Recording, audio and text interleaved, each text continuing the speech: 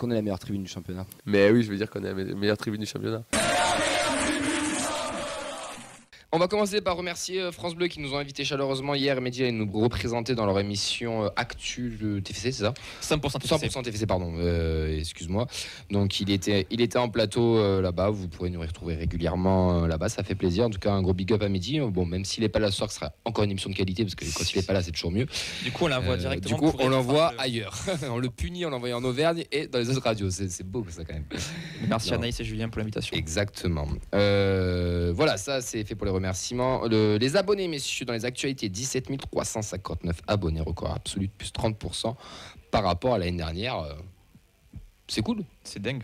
C'est dingue, mais quand on regarde un peu ce qui se passe dans les autres clubs de France, on est dans... La dynamique, elle est... Ouais. Tu vas avoir les promus aussi. Hein. C'est ça. Mais c'est à 18 000 aussi. 17 000, je crois. Oui, 17, ils font guichet fermé quasiment. Avec tous les abonnés, donc c'est dingue. Donc voilà, c'est bien. Non, c'est cool. Pour la Ligue 1. C'est bien pour le TEF aussi, et pour la Ligue 1. Et pour, oui, ça assure une affluence certaine à chaque fois de 20-25 000 personnes. Oui. Retour des féminines, elles ont gagné 3-1 contre Albi, messieurs, avec le coq Ali Abdallah et Le Grand qui ont marqué sur les buteuses. Victoire 3-1 contre une des deux. Ouais, des deux, 3 des deux, 3 victoires. C'est ça, donc ça y est, la machine est en route, la machine est lancée, la reprise du championnat, ça sera mi-septembre. Contre Clermont. Les internationaux, messieurs, on va retrouver Mopila avec les espoirs de la République démocratique du Congo, Mathis Niflor en équipe de France U18, Christian Mawissa et Noël Amadi en équipe de France U19. Et surtout, la grosse nouvelle, c'est Guillaume Rest en espoir. Et quel été pour notre pitchoun titulaire en Ligue 1, numéro 1 au TFC, sélectionné en espoir pour Thierry Henry. Que demander de mieux? La hype. Ah, de ouf. Non, franchement, ça fait plaisir. Et quand on voit les autres gardiens, on peut se dire qu'il va partir comme une. Prime à la Ligue 1. Ouais, a priori, ouais. Ouais, je pense. Enfin, je sais pas. C'est le gardien de Dijon et de Dunkerque. Lucas Lavallée, qui est prêté et prime à la Ligue 1. Pourquoi pas? Moi, je pense. Je sais pas. Après, on verra. À voir. Hein. En tout cas, c'est bien. Puis il va côtoyer avec Thierry Henry. C'est quand même ouf pour un gamin ça lui servira aussi, de cet âge-là. Donc ça veut dire que Thierry Henry s'intéresse au TEF, quoi. Ouais. Possible. C'est beau. Ça. Bon, après, il reste quand même. J'ai déjà plusieurs fois dit, c'est un des top 50 joueurs de sa génération. génération. Dans le milieu, quand même. Ouais. Voilà. Il est considéré pas que comme un gardien à énorme potentiel, c'est un joueur à énorme potentiel. C'est pas les scouts, etc. le connaissent depuis un petit moment.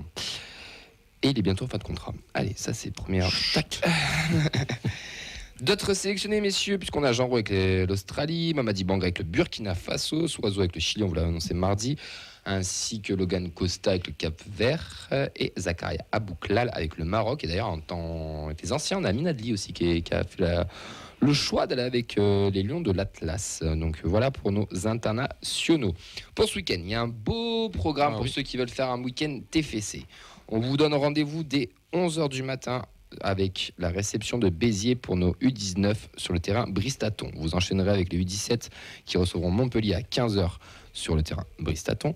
Et la N2, elle jouera à 18h à la Ramée contre Chamalières. Et nos U23 féminines commenceront leur championnat de Régional 1 contre Saint-Cyprien le samedi 20h, également sur l'annexe Bristaton du Stadium.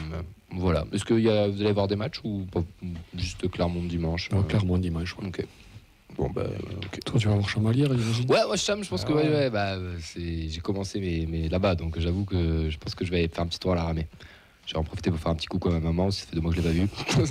Je pense que ça contente. Allez, voilà pour les news, messieurs. Je pense qu'on a fait le tour. On va passer à un petit jingle mercato.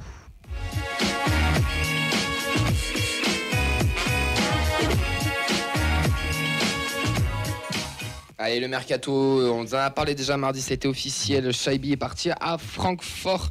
D'après la dépêche et Théo Faugère, c'est 17 millions avec de gros bonus de revente. Fares, voilà, une saison et puis il s'en va, j'ai envie de dire. On a déjà pas mal parlé, mais bon, rapidement. Pareil, voilà, c'est un joueur de classe qu'on avait dans l'effectif. Voilà, une saison en pro. On sait aujourd'hui, on connaît le poids de l'environnement, le poids des agents. Quand tu as une offre à 17 millions qui arrive pour un joueur qui a fait une seule saison en pro, je pense qu'il ne faut pas réfléchir longtemps aussi. Est-ce qu'il a surperformé? Moi, j'avais beaucoup de joueurs capables de coups d'éclat, capables de te changer le cours d'un match aussi, parce que l'an dernier, voilà, il y a pas mal de matchs où il nous a sorti quand même des situations difficiles. Voilà, donc je peux partager avec le fait de me dire pour sa progression et pour grandir, il aurait pu continuer. Francfort, gros club quand même. Oui, non mais très gros club. Mais pour grandir avec nous, On fait l'Europa League. Est-ce qu'il n'aurait pas valu rester un an de plus 17 millions. Oui, non, mais on est d'accord. On est d'accord que sur l'instant, ça chiffre vite, les jeunes joueurs. C'est qu'une saison en pro, je le rappelle. Donc voilà, j'étais partagé avec ça. Après, est-ce qu'il serait resté? Est-ce qu'il aurait été à 100%? Est-ce que c'était pas sa saison Il voulait partir de trop? Il avait envie de partir, donc est-ce qu'il aurait été meilleur que ça? Donc je me dis, avec tous ces paramètres-là, c'est une bonne chose. Et puis ça fait un bon chèque aussi pour le club. Tant mieux pour lui. Il fallait de toute façon qu'on fasse une grosse vente avant la fin de ce mercato. C'était indispensable. C'est tombé sur. Ça aurait pu être à Bouklal, on en avait parlé il y a quelques temps. Finalement, c'est Shaibi. Donc ok. Après, voilà, c'est dommage. Moi, je regarde juste un tout petit peu la gestion des 3 premiers matchs là, avec Shaibi. Je me mets dans le groupe, je ne mets pas dans le groupe, je pars pas. Je pense que Shaibi, s'il avait été peut-être titulaire sur les premiers matchs et vraiment off juste au moment de son départ, on aurait peut-être fait mieux, je sais pas. Ouais, pour nous, le départ était acté après le PSG quand il fait pas groupe, tout simplement. Et puis là, on le voit être dans le groupe contre Strasbourg, on le voit même rentrer à la fin. Donc tu te dis, il va être amené à rester. Donc ouais, c'est vrai, je suis assez d'accord avec toi sur la gestion qui était un peu particulière sur le cas Shaibi, quoi. C'est pas le seul de parti, puisqu'on vient d'apprendre qu'Anthony Rouault vient d'être prêté à Stuttgart avec un prêt, avec une option d'achat. Comme tu nous as dit tout à l'heure en off, on invente des nouveaux transferts avec des mecs qui sont en fin de contrat, mais on avait à mettre une option d'achat quand même sur le cul. Pour vous, Rouault à Stuttgart, comment vous voyez ce transfert? Fred, comment tu le vois? On savait qu'il était à un instant de départ, on savait qu'il voulait partir, qu'il voulait pas prolonger, mais Stuttgart. Ouais, ben Stuttgart, c'est Bundesliga, quoi. Donc déjà, je l'ai dit mardi, Bundesliga, Première Ligue, Liga, si on te sollicite, tu y vas, quoi. Après, je sais pas dans quelles conditions il sera là-bas. Je suis pas sûr qu'il ait une place de titulaire assurée, même si Stuttgart... je pense quand même, non? Je sais pas. À mon avis, non. Ça joue pas les avants. Je pense pas dès le départ.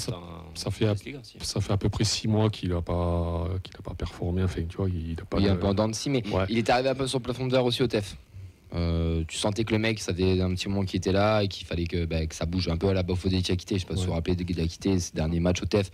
C'était un peu en dents de scie. À Lille, titulaire. Et après, Stuttgart, ça peut. Ça fait partie de ces clubs historiques, donc en fait je sais pas du tout Stuttgart, parce qu'ils ont recruté cette année ou quoi.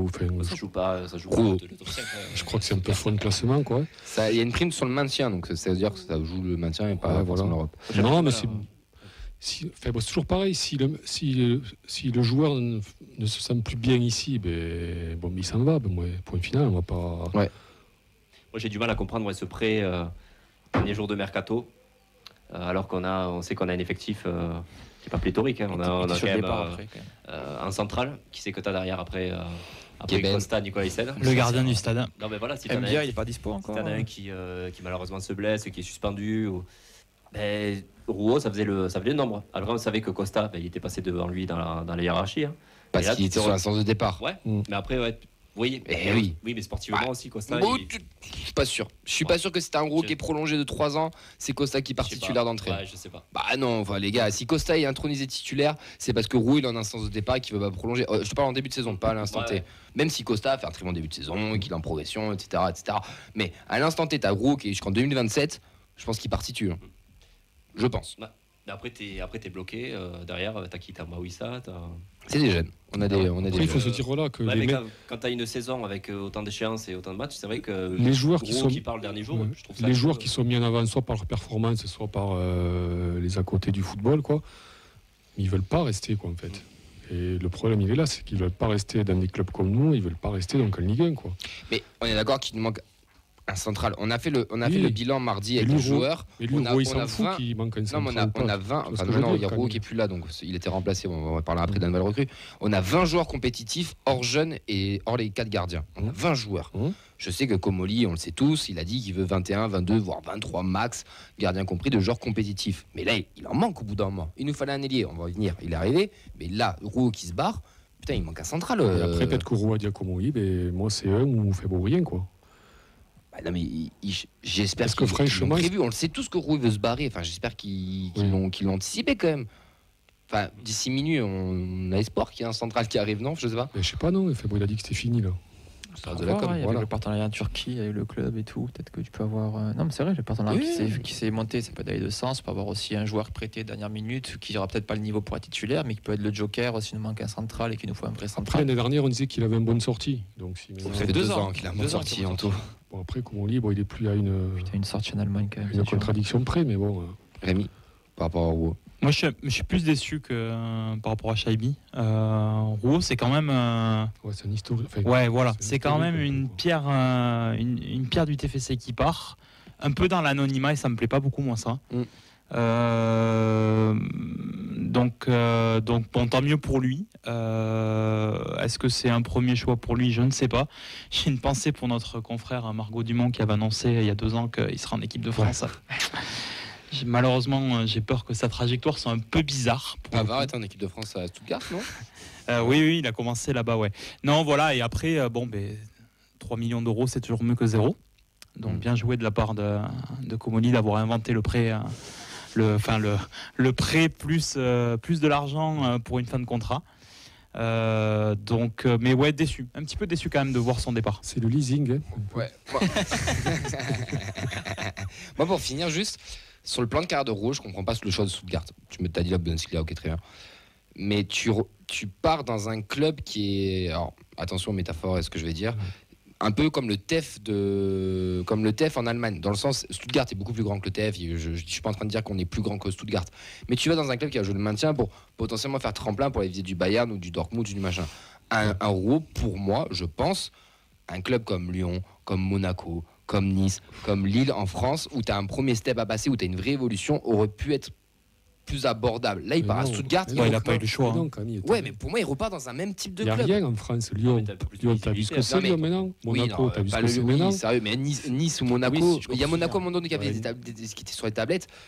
Nice, t'es bouché à Nice. Le problème de la en rotation.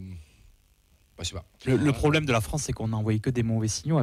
Il n'est pas titulaire sur la finale de la Coupe de France, je rappelle. C'est vrai. On pointe du doigt ses dernières performances en fin de saison. C'est le genre de joueur qui est capable de revenir dans 3-4 ans dans un club français. Oui, mais je pense, tu as raison. Moi, je trouve il passe pas une évolution. Pour moi, il reste au même niveau. Mais à l'image peut-être à l'image de sa fin de saison. Hein. La Bundesliga, c'est un petit peu plus fort quand même après quand tu. Non, mais oui, mais ça on est d'accord. Les joueurs qui sont quand même de notre Stuttgart niveau. En Bundesliga, c'est un TFC, c'est pas. Non, pas du Bayern, Dortmund, tu vois ce que je veux dire. Mais c'est l'opposition, quoi. C'est-à-dire que tu as des équipes. Tu as les 10 premières équipes. Comme Dortmund, comme le Bayern. On verra son plan de carrière, comment ça se passe. Aaron Donoun vient d'arriver, un ailier gauche. C'est Auxence qui va nous le présenter. Tu as 3 minutes. Allez, je vais faire vite alors. Normalement, le mercato toulousain va s'arrêter, sauf énième retournement de situation. On va rester sur cette arrivée. Et cette 7e recrue, c'est Aaron Donoum, le capitaine du Standard de Liège, qui va arriver pour 4,5 millions et quelques bonus. Hashtag panic buy. Ouais, ça ressemble vraiment à ça. Là. Quelques bonus. Ouais, il fait cher le panic buy là quand même. Hein. Ouais, 6 millions. Bien assez vite, ça c'est du panic buy aussi. Non. T'as quand même 30%. Non, bien même si c'est pas un panic buy. Auxence, t'as plus que 2 minutes pour présenter. Ouais, je vais faire vite. Est-ce que vous voulez savoir ce qu'il y a d'intéressant sur lui quand même? Oui. Ah, quand même.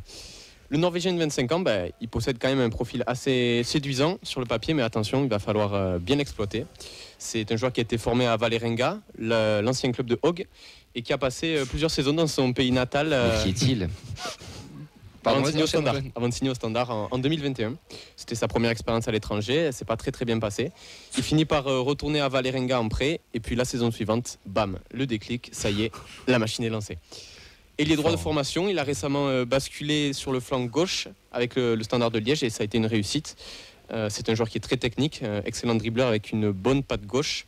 On pourra noter son gros volume de jeu, une belle facilité d'exécution et un côté altruiste aussi.